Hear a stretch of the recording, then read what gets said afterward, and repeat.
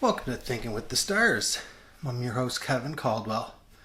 Today we're going to be talking about the aspect of Mars opposite Uranus. It's an important aspect to the show because Jeffrey Mishlove, who kind of the show is based around his show that he has been doing for a while, Thinking Aloud, and he has in his birth chart Mars opposite Uranus. So we'll see how the aspect influenced his career and influenced a lot of what he does. Now, recently, Dr. Mishlove won a $500,000 prize from the Bigelow Institute. So the prize was an essay contest, and he had brilliant competition, and he won. So the question about the contest, or the question the contest was about, was give the best evidence for post-mortem survival. So, of course, being the good skeptic that I am, I argue against post-mortem survival, just basically on convention, linguistic convention. In fact, I've worked in the emergency room for a while, so I know for a fact sometimes when people die, there's no bringing them back, right? So, but it's tongue-in-cheek. It is in jest because typically what I'll use to argue against these, or what I've been using to argue against post-mortem survival is the words of dead people, for instance. Carl Nowotny. He was a psychotherapist who passed away, and then he channeled from the other side all these great writings about, and he's got a following. He's got his own school of psychotherapy that developed after he had already died, right? But I think for this we're going to see that Mars opposite Uranus and Mars conjunct Uranus, which I'm going to be tackling in the next video, part 2. It really sees why we have these kind of eternal questions. Okay. So on December 4th, 1946 was Jeffrey Mishlove's birthday, and Uranus was in Gemini at 20 degrees in the 7th house. So this is a somewhat tumultuous place for Uranus to be in Gemini, okay? Gemini is the sign of thought, and Uranus is the sign of the collective consciousness. So we can see how there's going to be an issue here cropping up with, basically the way I kind of see it is that the thoughts that individuals were having at this time, 1946, so right after World War II, they were almost solidified, and future generations were made to subscribe to the thoughts. I mean, there's nothing wrong with it, but there wasn't anything wrong with it. But they were. It was a very influential time for thought. Now, June 15th, 2030, we're going to see Uranus conjunct with Mars right around that same place, just 1 degree less in Gemini, and 19th degree. So that'll be interesting. Where that'll be a kind of a full coming full circle. I know a little bit of the predictive element is part of shamanic healing as well, right? So that's what I'm giving. I'm gonna say that it'll be interesting to see how Jeffrey's doing on June 15, 2030. Mars was in Sagittarius, which was directly opposite Gemini in the 1st house, and so that accentuated in Sagittarius, Mars in Sagittarius, Mars is always moving, and Sagittarius is trying to make sense of everything and keep everything in place, right? So I'd say in general, without any kind of catalyst, I would say that Mars opposite Uranus is kind of like dragging me out in front of a crowd, for instance, and it's revealing to me what the boos or the tomatoes getting thrown or the cheers, and vice versa. I'm revealing to the crowd what my inner thoughts are. Mars opposite Uranus. But I think in the presence of a catalyst, meaning like some kind of unexplained experience, then we get kind of more towards what Jeffrey has been doing throughout his career, Dr. Mishlove has been doing throughout his career, which is exposing things that don't have rational explanation through the use of PBS or YouTube, and revealing these things to his audience, and trying to expand his audience. So we'll see that later. So right, that's what we're saying. The next interview I'm going to be talking about was December 1st, 2017. It was a series of interviews with Michael Cremo. And so his argument here is that Darwinian evolution Darwinian evolution created a paradigm, and this paradigm through it became politicized, and it was used as marketing. So anything that didn't fit in to the paradigm, the political marketing paradigm, was ignored.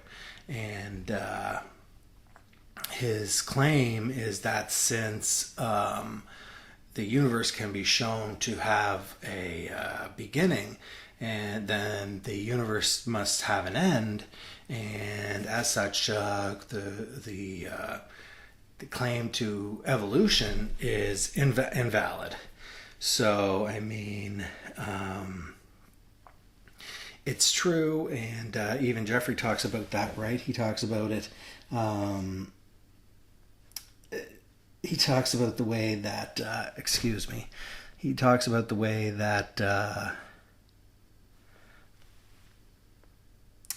right, the facts were made to fit the facts were made to fit the beliefs, as opposed to we change our beliefs to fit the facts. Okay, but what happened is I do think that evolution is kind of the pinnacle of human progress. Okay, and it's not just the pinnacle, but what happens is it's undefined progress. So, and that's the frustrating part, because as soon as we define something as being progressive, then we really need to develop on that and make that more progressive, right? So that's the issue with that one. So what we could do, and what I suggest maybe we ought to do, is we ought to stabilize things, because this process of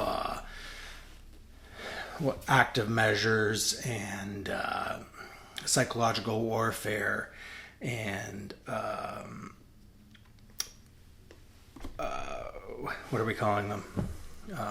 For basically ideological subversion. Sorry. Yeah, the process of ideological subversion, it's destabilized society, right? Where, like if, say, for instance, we were going 100 kilometers an hour and we slowed down to 90 kilometers an hour, It doesn't mean that we're going minus 10 kilometers an hour, okay? Although it may seem like we are. And so I think the progress has got to the point where we're so destabilized, we're not sure why we're doing what we're doing. We're just kind of have this compulsion to do. And so if we looked at dual hypercycles, so for instance, one hypercycle we'd look at would be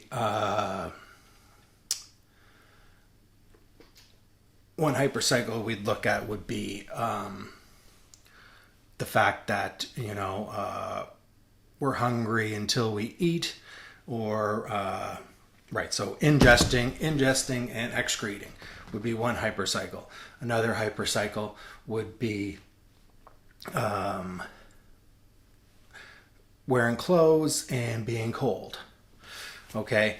Another hypercycle would be, sleeping and being tired. Another hypercycle would be being outside or being indoors, right? So when we focus on these things, then we have kind of a focus for our progress. So what would that focus be? So that focus would be collecting food for the food bank, or collecting clothes for Christmas boxes, for instance, right? Holiday boxes for people who don't get gifts, right? So it's interesting that like right here I have my rubber ducky, right? So my rubber ducky is here because what happens is this is a symbol of the collective consciousness, right? And so when I'm able to focus on my rubber ducky, this is when I'm able to give better arguments. Okay, when I'm arguing with my rubber ducky, I'm able to give better arguments. Okay, because I don't know why. I guess because I'm not being led astray, right? Because he's quite attentive and he's such a cute little fella, right? So the third interviews I'm going to talk about, I'd already spoke about there in episode 5, where Venus was conjunct with Jupiter in Sagittarius in the 4th house at 28 degrees. Okay. And so this, it was with Barry Taff, and I got a lot of good information from Barry Taff. Like, for instance, that self-love is a feedback loop, right? Because he said how important it is to have a feedback loop. So I think, seen in light of this evolution, it's basically, it's the fact that the mind is able to focus on programming the spirit. And it programs the spirit to love the heart, okay? But what's wrong is that, so that doesn't sound like feedback loop. That sounds quite linear. But the thing is that we're continuously, first of all, the first difficulty is how we can focus our mind. So, of course, that's difficult enough to focus our mind. Because we have a lot of doubts.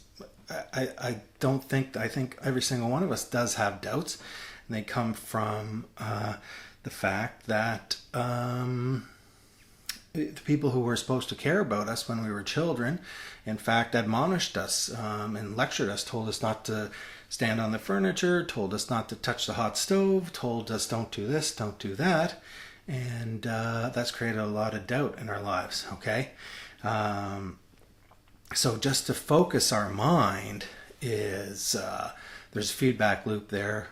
Anybody who's tried to meditate knows that, because we're trying to focus our mind and we're not able to, because we just have all these thoughts that come drifting in, right? So secondly, there would be, so we focus our mind to program our spirit. And so that's something that I learned from studying Carl Nowotny, is that the spirit is actually obedient to reason. Logic is kind of the overwhelming